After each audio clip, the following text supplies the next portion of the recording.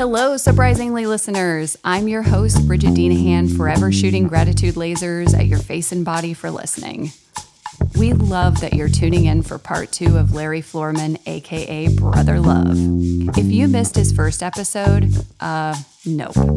Go hear some great stories about Steven Tyler, Ed Sheeran, and how Larry met his hot redheaded wife. This one has us delving into building community, how giving a sincere answer when somebody asks you how you're doing can be revolutionary and healing, and how addiction is a real bitch.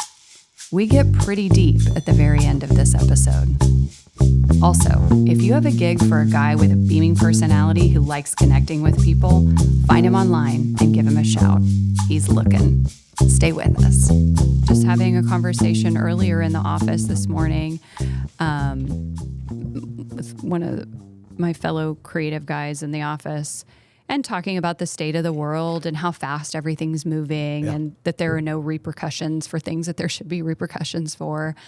And I feel like, in the last, 8 years, at least once a week, I have this conversation where nobody's happy with the way things are going. I don't care how divisive things are and people are trying to pit us against each other. Nobody's happy. And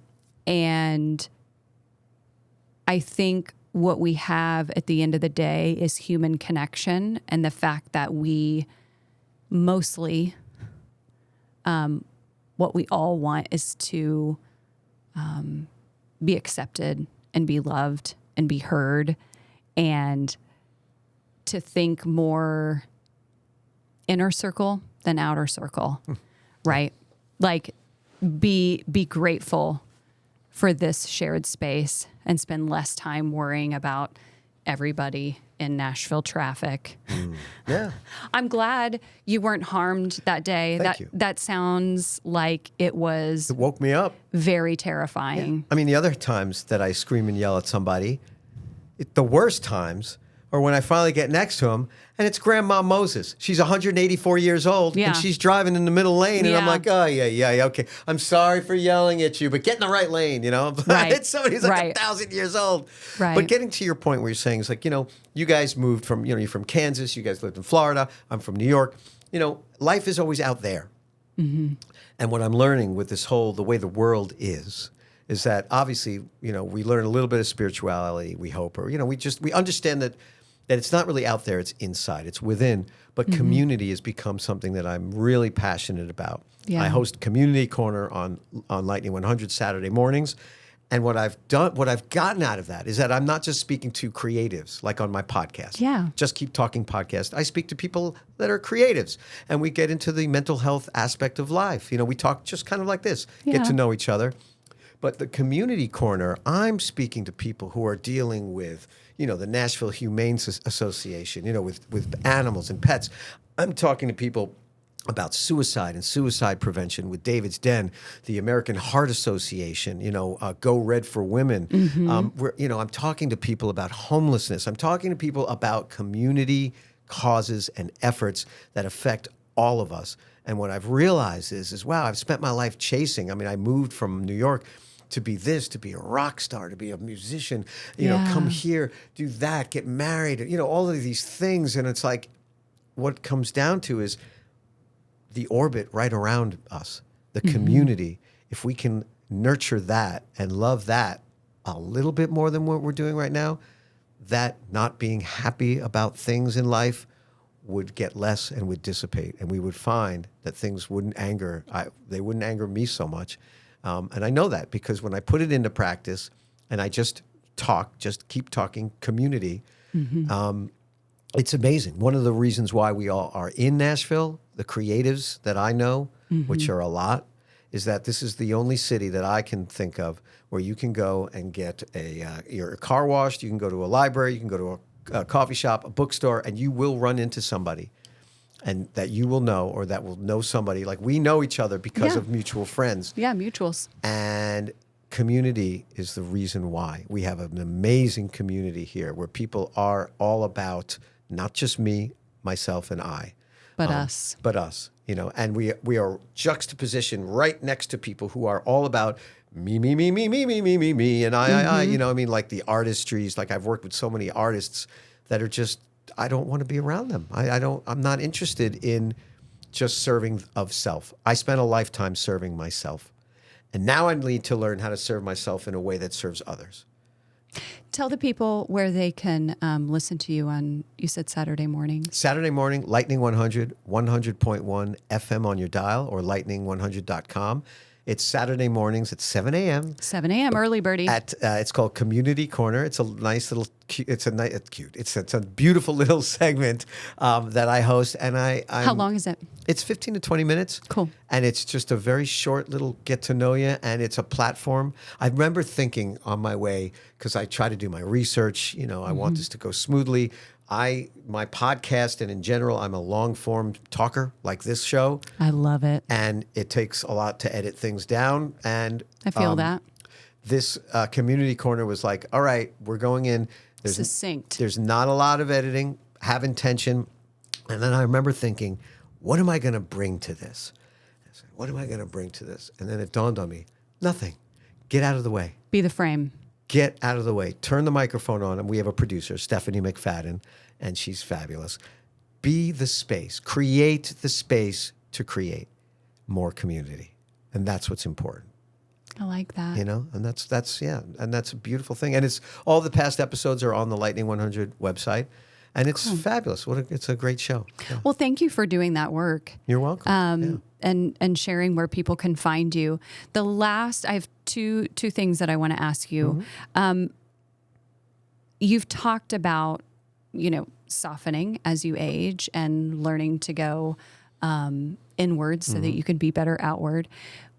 Do you have any tips or things that you're doing personally, both maybe just for yourself or in your close personal relationships that you think have worked? I mean, yesterday when I talked with Hollis, we talked a little bit about meditation. Yeah. Is there anything that's working for you right now? Yes. I mean, it's in the same boat. I mean, I every morning I have a little ritual and I write in my morning pages. Mm-hmm. I have a friend who's doing The Artist Way, a few friends. It's a book and it's a I don't know, maybe it came out in the 90s or late or 2000s. And The Artist's Way is a fabulous technique. It's a book. And part of it is doing morning pages. And I've been doing morning pages for a few years now. I quit drinking and about 3.5 years ago. Congratulations. Thank you. And I needed to. And I got Thank you for doing that. Oh, you're welcome. And I got off the road. I basically, you know, my life really took a pause and a change. And I feel like I've been in mourning for a long, long time. And I wanted to do my podcast. I wanted to talk to artists and creatives and people in general about who we are and how do we fit in, what makes us, you know, relate to one another. The weirdos, yeah. I mean, yeah, but everybody's weird. But that's the thing. Scratch the surface. And people who will say, I'm not weird, I'm just ordinary, average. Oh, sure you are. Well, everybody has their thing, and everybody's story matters. That's the tag of my show, is your story matters. And to be seen and to be heard and to belong are things that we all crave. So in order for me to be that person, I try to get myself out of the way of myself. So in the morning pages, just writing down, it's not for anybody, it's just for me. Even though I know that, I will look up and spell check on my phone. If I can't spell a word correctly, I'm writing with my pen and paper, and I'm like, I know nobody's going to read this, but God darn it, how do you spell heirloom? How do you spell heirloom? Oh, and I look it up and I make sure it's right. I'm a writer. We don't know. And it's funny, right? So I write morning pages. It's basically clearing the head office, vomit it on the page, just get it out. Yeah. Whatever it is, wherever it goes, whatever is going on, there's no right, no wrong. And it doesn't help all the time because 5 seconds later, I'm screaming at the dog. You know, I'm like a maniac. But I try to get it out of me. I write for 2 pages from front back every morning. I meditate and I read something inspirational, or I'm reading. What am I reading? The Tao, the book of the Tao. Yeah, I'm reading, so I'm reading that now. And that's fabulous. And I just find like Brene Brown and Michael Singer, I just been, self-helpy stuff, but I love it. Anything like Artist's Way, just something that puts me in a frame of mind that I can stop just thinking about the worries of myself. All I know is that I worry about the future, right? I'm anxious, and I'm fretting about the past. And I'm trying hard to be in the moment, present in the moment. It's difficult to do. It is hard. Need fresh content like social and web assets, copywriting, and more? Visit freshconsumables.com. It is really, really hard. I have a question about that because I recently got back from a trip with a good friend of mine. We've been close for many, many years. We went on a motorcycle trip together in my home state, and we've been planning this for years. It's been 5 years in the making because we planned to do it in 2020. And 5 years later, we did it. One of the best things I've ever done. He works a program. He's recovering, and he is, let's see, I think 12 or 13 years sober at this point. He doesn't call it morning pages, but he was journaling every single morning. I was going to ask, do you work a program? No, I don't. And okay. And I appreciate... Because I wanted to know whether that was truly out of curiosity, if that was part of that work. Because I think for him, it is kind of part of his work in AA, which it's like Fight Club. He doesn't talk about it much. He actually talked about it on this trip more than he has ever spoken about it. But it works for him, and he's a very grounded and emotionally tapped in and vulnerable person. So I'm like, I've been encountering a lot of folks lately that have done some deep kind of spiritual and therapeutic work, and it's a lot of that type of shit. It's breath to breath. The what I've come up against, I'm not in the program, and I have friends and relatives that are, and that's fabulous. But in general, there's this misconception or an idea that, well, I worked on that, I'm done. I'll put it on the shelf, on to the next thing.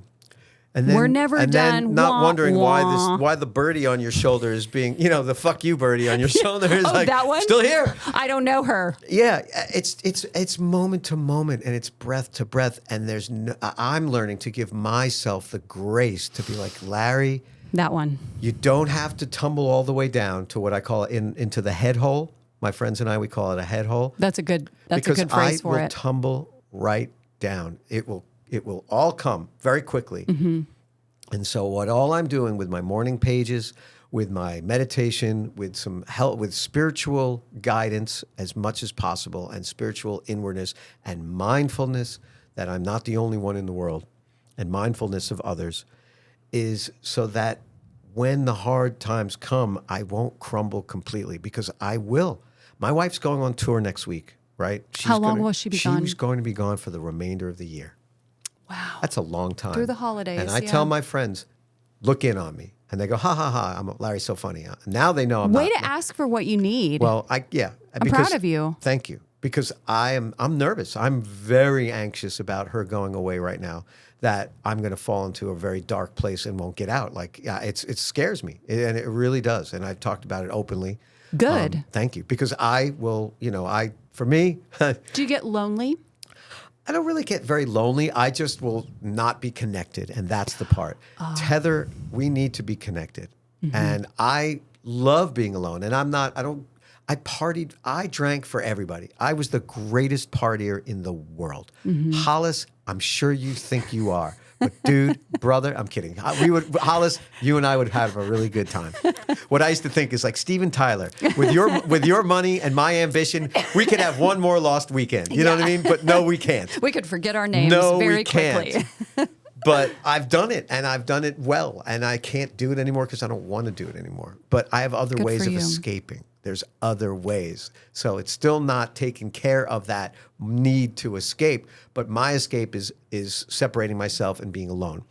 So I'll be home. I have the 2 dogs at home now. I'll cook. I'll eat a whole pizza. I'll watch anything Hitler and World War II because I know it's so sad. Because you're a masochist. I got to know everything about it. I know how it ends. All the neurotic people are. I know how it ends, and my life isn't that bad.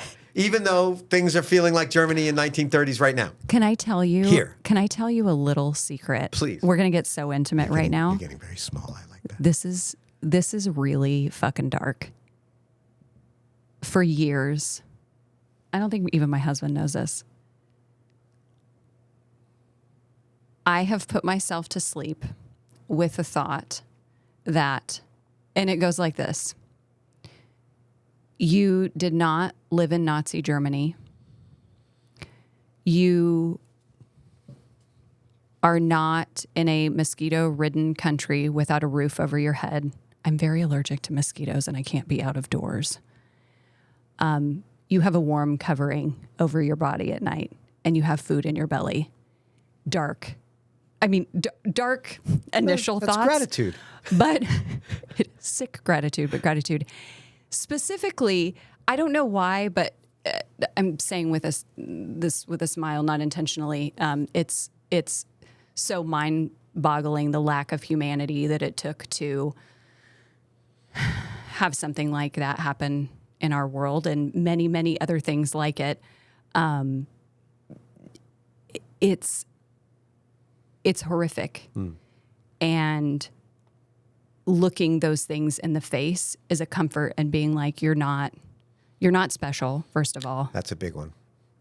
And second of all, you right now you have the things you need. So shut the fuck up and go to sleep. Yeah, absolutely. You mentioned that not being special. Ram Dass, I don't know if you're familiar with it. He's a spiritual teacher, and part of his saying was love, serve, and remember. And when we're loving and we serve others, and then we remember, what do we remember? Well, remember to love and remember to serve, but remember that there is something bigger than ourselves and that we're not special. That's a big one. Yeah. Ram Dass used to talk about being, we spend our lives being in somebody training. I'm somebody. I'm a musician. I'm a podcaster. I'm in advertising. I'm this. I'm a doctor. And he said, man, once I got that, I thought, I want to go to nobody training. Oh, yeah. And I say that to somebody, and they go, you can't say you're nobody. You're not nobody, Larry. And I'm like, that's not what I mean. And you're like, first of all, don't tell me what to do. That's not what I mean. I'm not saying I'm nobody, but I'm trying hard to just level my own playing field level so that your I can ego. Yeah, let go of your ego. Yeah, exactly. But you're right. Be gracious about what we do have. It's huge, but it's hard because we just think it's not enough. I know. And there's always something to worry about. That space right in between where there's calm and quiet is the hardest place to be. It's so hard. Well, I interrupted you. You were telling me that when your wife goes and you get into some, I'm on my own and I lose the tether. I untether myself and I forget. I'm like, I'll see them tomorrow. Or I'll do this later. And then you realize people stop calling. You've disconnected I yourself. disconnect, yeah. And it's hard because we're used to having our lives together. We're a couple that are used to, we've toured together. We've been, music together. And a lot you're of pretty times, codependent, and I know that's used as a negative, but to me, it's not always. But you're very enmeshed. It is, and it is. There is a negative side to it where I will put myself aside because right now, the last couple of weeks, she's been off the road, and it's like, okay, let's be together as much as possible. And over the years, I will put myself. I'll say, I'll get to my thing later, and then when you keep doing that, then all of a sudden one day that anger comes back because I'm like, where did Larry go? Yeah. And then I'm mad at Sarah, and she didn't do anything. She was just doing her thing. Yep. So these are the things that we're working on, and I need to keep my connections while she's gone. So please look me up. Reach out. Larry needs a friend. DM Larry. DM Larry. Well, you need to tell all your friends to do us a favor and listen to this episode. Yeah, and then of course. this is their shout out. Like you've been warned. You need to text and call this man. Yeah, exactly. Yeah, totally. It's hard and it is scary. Larry needs a date. Take him out to dinner. Right. Yeah. Who doesn't love a good dinner? I mean, I'm the guy that says no, though. I mean, I'm like, I'm not going. No. I'm the. Okay, so additional note, postscript. If he says no. If he says no, he doesn't mean it. Right. Show up at his door. Send him 5 texts in a row. Quadruple text. Yeah. Well, never make him go. Yeah, never underestimate pity. I always thought. Yeah. Pity works. Yeah. Oh, I'm so alone. Yeah. I'm not looking forward to her being away. But this is, this is her job, and she's got a great tour. She's on the Andy Bell from the band called Erasure. Oh, Erasure was a huge band. Oh, and yeah. Andy Bell is the one half of that band. He's touring the States this whole fall. And cool. Sarah Tomek will be on that, playing drums. And she's amazing. I love that you're shouting out your wife by her full ass name. Yeah. You're very proud, as you should be. Absolutely. Well, she's not Sarah Florman. I get mail that's Larry Tomek. What the hell are you talking about? I get mail from AARP that says, Dear Larry Tomek. I'm like, first of all, fuck you, AARP. I'm only 54. Second of all, my name is Larry Florman, not Larry Tomek, but I'll take it. I will take it. But also, Them Vibes, my band is playing. I'll plug my own band. Please do. Remember the band Wang Chung? You mean when they wanged and chunged at night? And there were many other songs, but yes. But we all know that one. Yeah, my band. Because everybody was Wang Chunging. Wang Chung, yeah. Them Vibes were opening up for Wang Chung at the Riverside Revival on October 11th. So if this is out by then, next week. Okay, But, what night is October 11th? who the hell knows? Saturday? Sure. Friday or Saturday? I think it's a Saturday. Okay. I don't know. But are we back by then? Are you giving knows? us? Are you giving us tickets? That's what I want to know. if you sure, am I getting tickets for my? Aren't you in the business? Yeah, I'll give you tickets. Yeah, I need something in return, and we'll talk about it off air. I'm Actually, kidding. we have friends. Of course, I can get you tickets. We have friends who are kind of connected, so I might get them another way. Oh, I'm gonna go and look at that. do some of this in the audience at you. And then I'll just hand you the tickets because you asked me. But I want to see the hoops that you go through. Okay. Because I said maybe or no. Maybe or this no. is exciting. Larry, let me in. Yeah. Larry, we're here. It's not that big a place, so it's okay. I can open a back door. I can always open the back door, It's the love old it. trick, grab a drumstick or a cable and be like, they need this, and walk very quickly. Yeah, maybe wear a lanyard of some sort. Who's going to know? Yeah, Who's going to know? Okay, this is a question that I've been asking. I don't like prepared questions. I like winging it, for better or for worse. Hopefully it was okay. Is there a question? Obviously, you're on air a lot. You sit and talk with people. This is an ego-based question, so get ready. Mm. Is there something that you've wanted to talk about or a question that you want to be asked that you haven't been asked?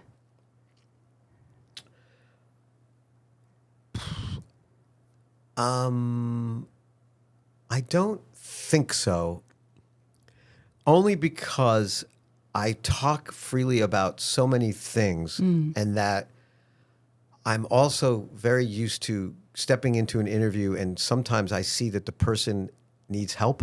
Mm-hmm. And I think the best way to sort of be in an interview, if you're an artist, is just keep talking. Yeah. Because you might answer all the questions. Yeah. So I that was sort of a little trick.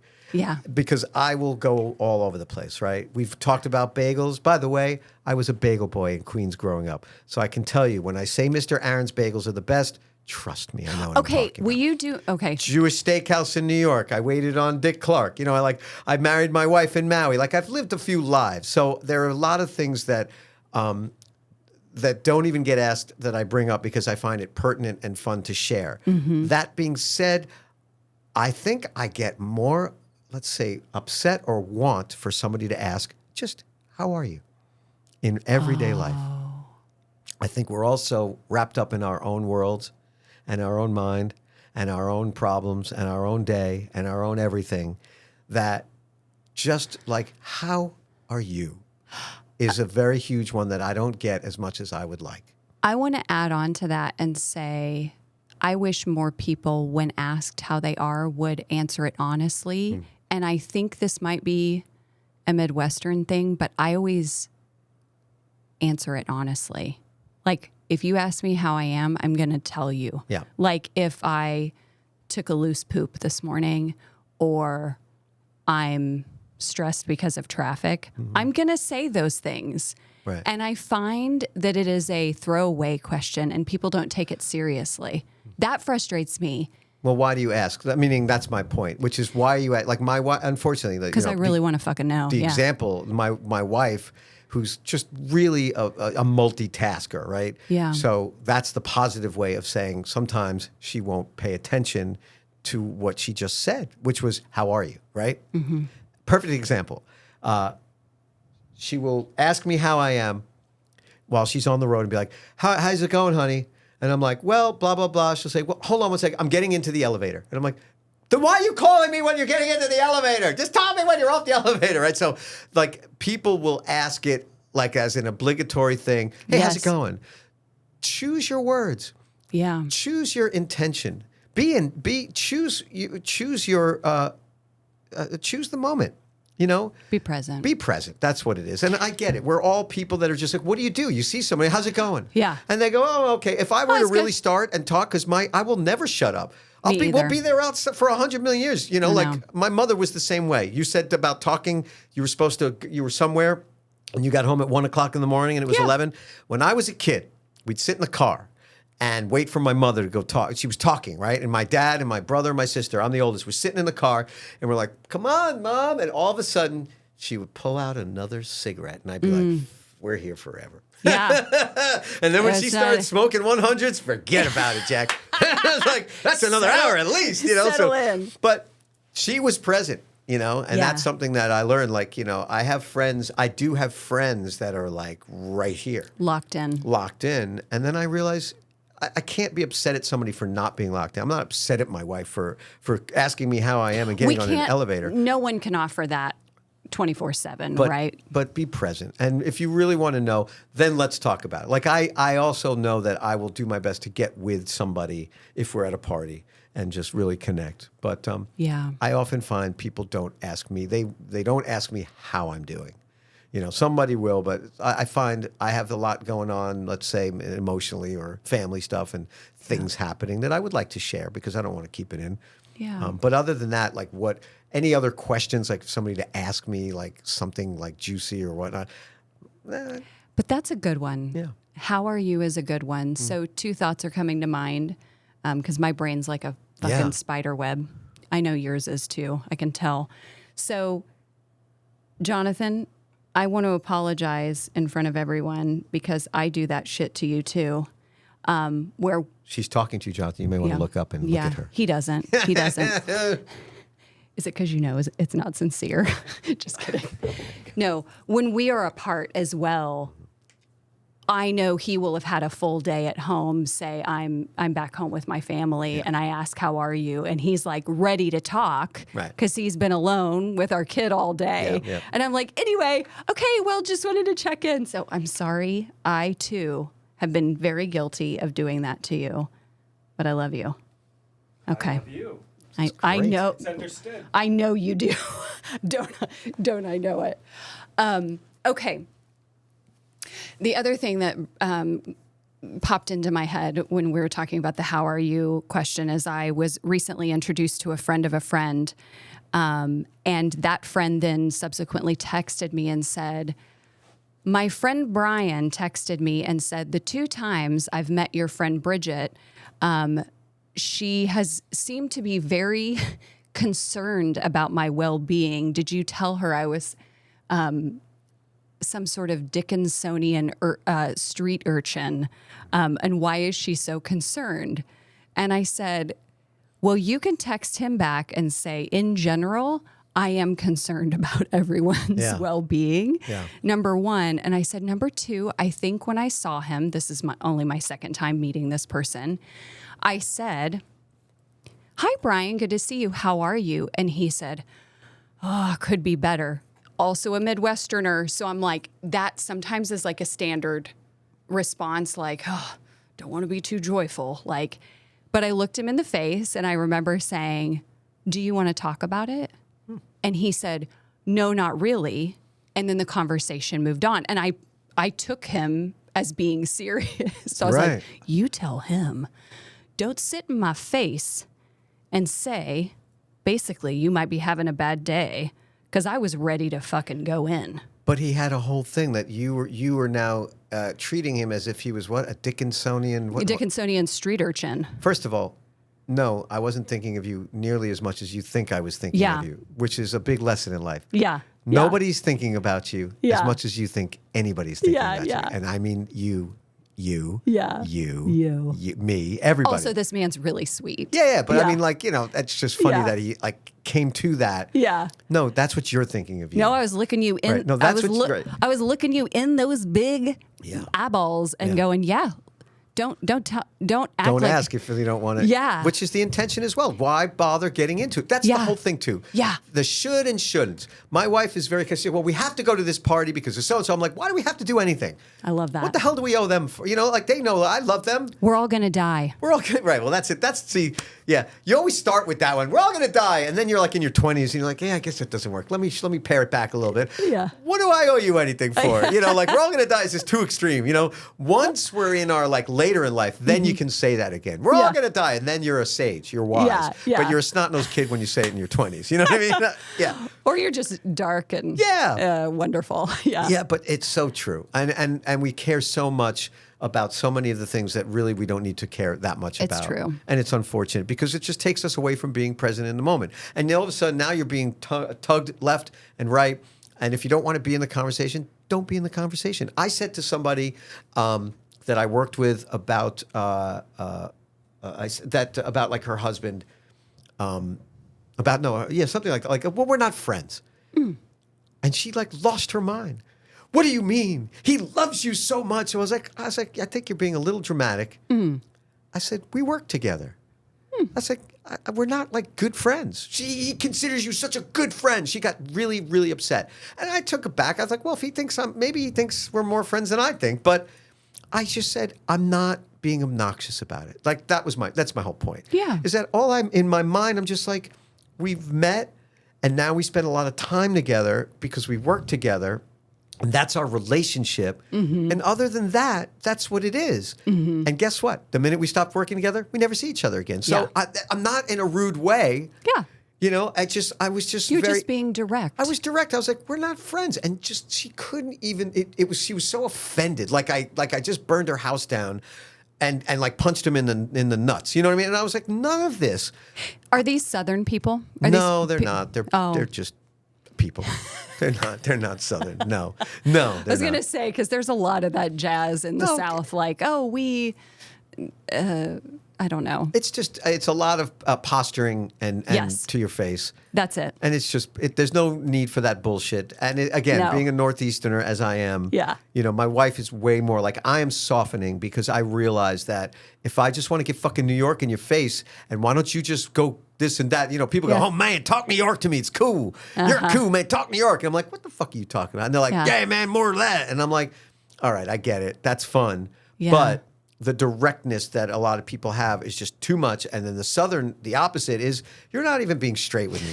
You're being so sweet to my face. Like I didn't know what bless your heart meant when I moved here, 15 years ago? I'm already in my 30s when I moved here, right? Yeah. And I'm like, Dad, people are so nice. I mean, bless your heart. And he's like, I don't think ain't.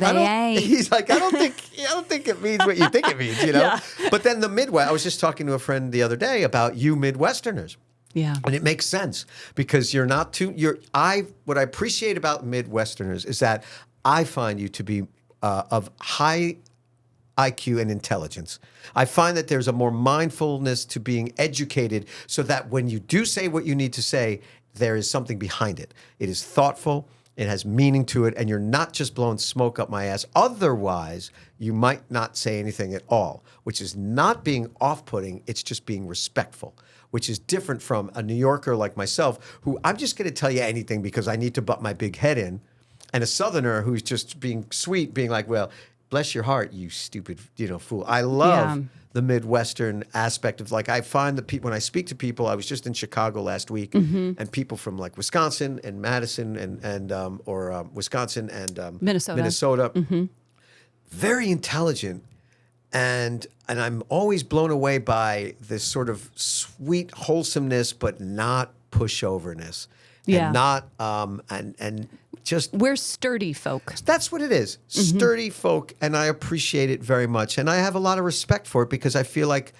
I'm being respected, Yeah. And I can't, it's not a blanket statement. Not everybody's this way. Not everybody. But I do. Because I can't shut the fuck up. Well, yeah. And, and I'm a Midwesterner. Yeah. I can't do the silent thing, but yeah. Well, that's okay. But certainly we, I think of my grandmother first and foremost was who I would consider, she's very German, very stoic, and you might get 10 words out of her. Yeah. But you knew how she felt. You knew she loved her family.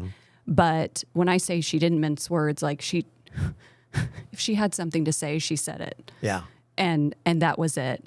I was telling you earlier about going on this trip back home with my friend Mike, and one of the reasons he wanted to go, he'd never spent any length of time other than kind of driving through a bit of Kansas. And he's like, I want to go to your homeland.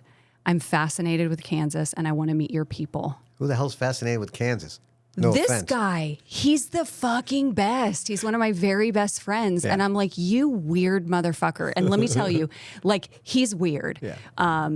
Mensa member, turned his house into a micronation, puts out his own zine. He's an artist. Like, he's a wacko, like old kind of, one percenter punk rock, like grew up in or spent time in Olympia, Washington back in like the early 90s. Like, he's good shit.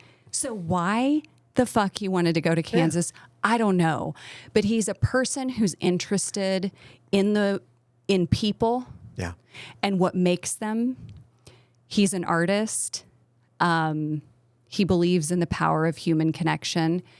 And about 3 days into our trip, we get off the bikes and he's like, I fucking love Kansas.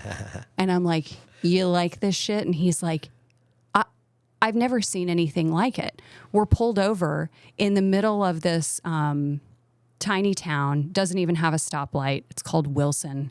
It's where they have a giant Czech painted egg. That's their claim to fame. Checkered painted or Czech? Czech, like Czechoslovakian. Oh, Czech. Like that style. It's beautiful. The egg is big and it's the Bratislava of America. Yes. So we're pulled over and some guy in a truck, Bratislava, some guy in a truck pulls over. What are you guys doing? Where are you in from? And it's not, you can tell instantly, he's not thinking we're up to no good.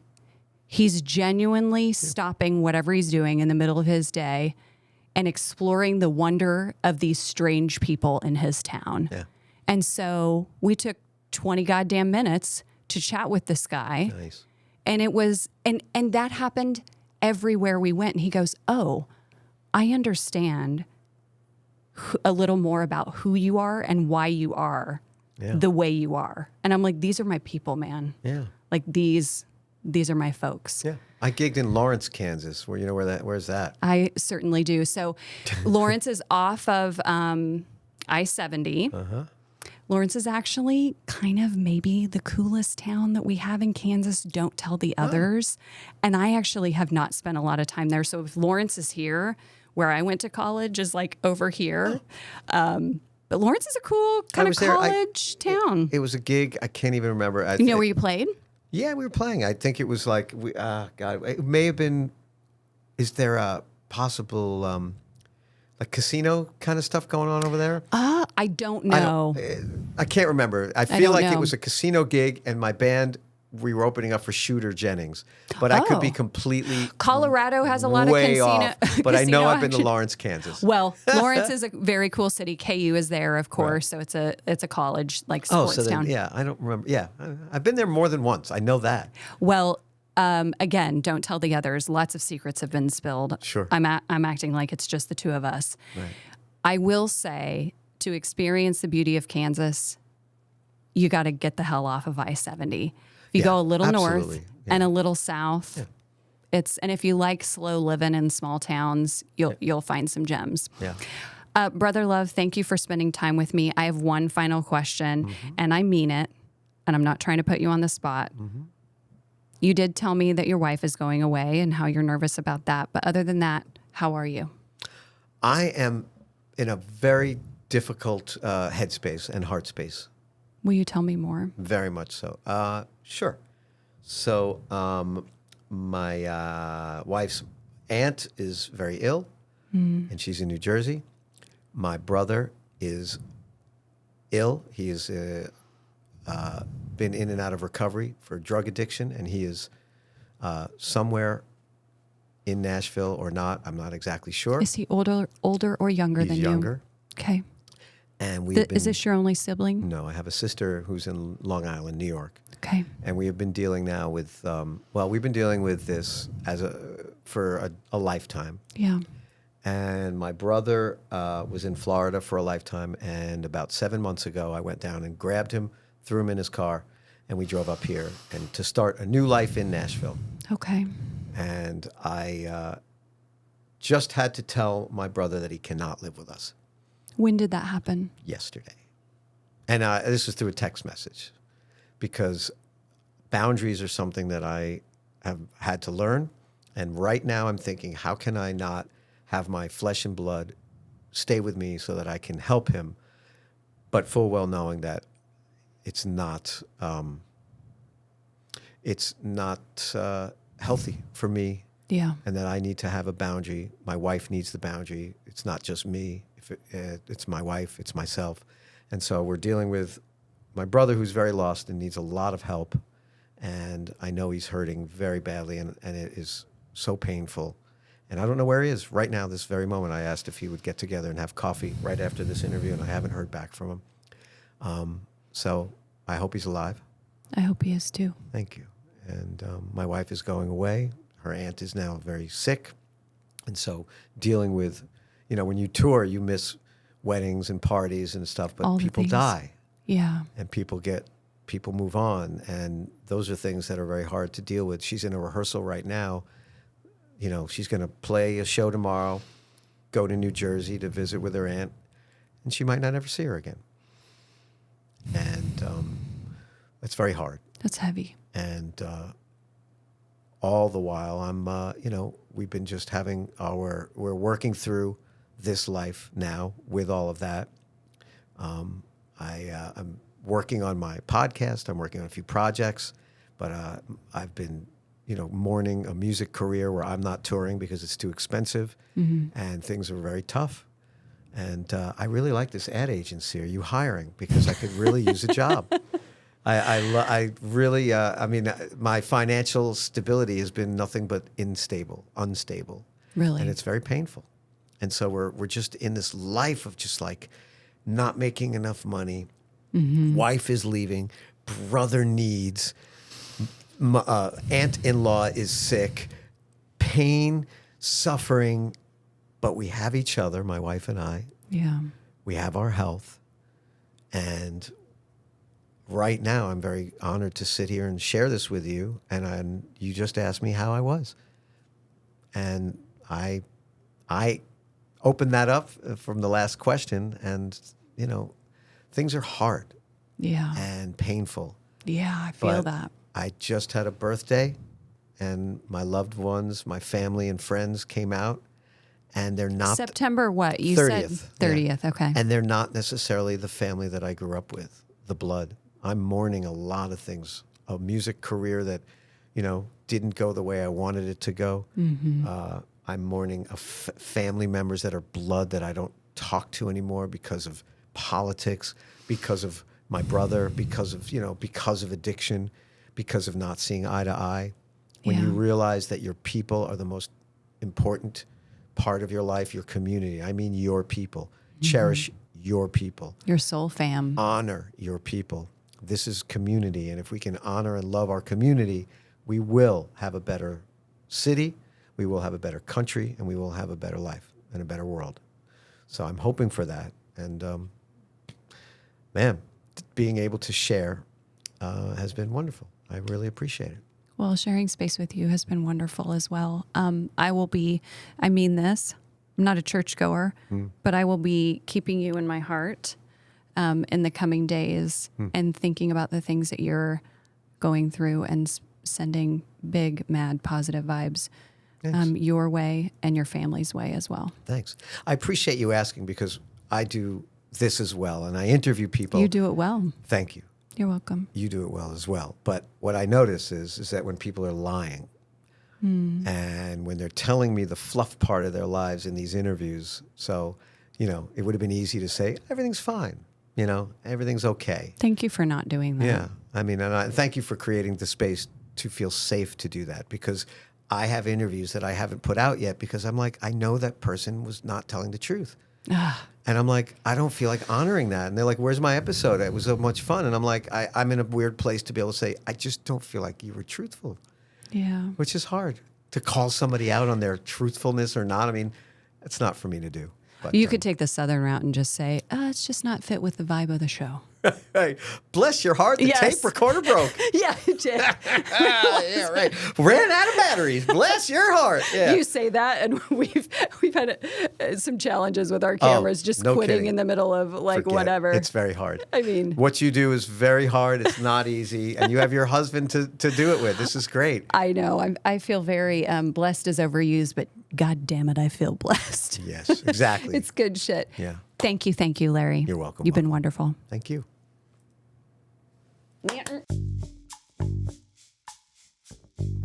Our show is executive produced by Sherry Day, Farley Day, and John Arnold. Produced, edited, and engineered by Jonathan Kosick. Additional camera work by Andrew Herner. Designed by Josh Ford. If you live in the Nashville area or are visiting soon and want to be a guest, email us at jonathan@freshconsumables.com. That's JONATHAN@freshconsumables.com. Want to hear more of Surprisingly's meaningful and unpredictable conversations? Subscribe now wherever you get your podcasts.